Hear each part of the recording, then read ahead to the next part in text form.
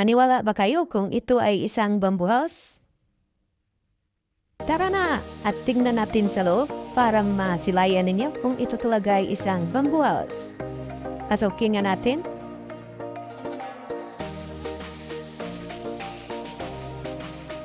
Ito po yung loob ng isang bamboo house. Ang loob po nito ay made of bamboo. Ito po yung kwarto. Ito po yung CR. May CR na maliit. At may shower area. At ito sa labas yung sink. Ang bamboo house na ito ay para lang po sa may maliit na pamilya. Mayroong mga 2 anak, 3 anak, pwede na rito. Ito po yung sala. At tingnan natin sa taas. Ito po yung second floor, hindi pa po ito natapos. Ongoing pa po ang construction nito. Ito po yung second floor.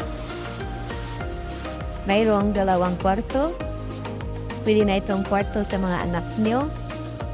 At sa kabila naman, pwede sa kwarto ninyong mag-asawa. Hindi po mainit dito sa loob kasi made of bamboo dito sa loob. May semento sa gitna, sa gilid, sa gitna naman yung bamboo. Ang bambong ito po ay matagal po ito masira kasi tinitreatment po ito ng isang chemical. At yan po sa unahan, makita natin ang finish ng mga bamboo house.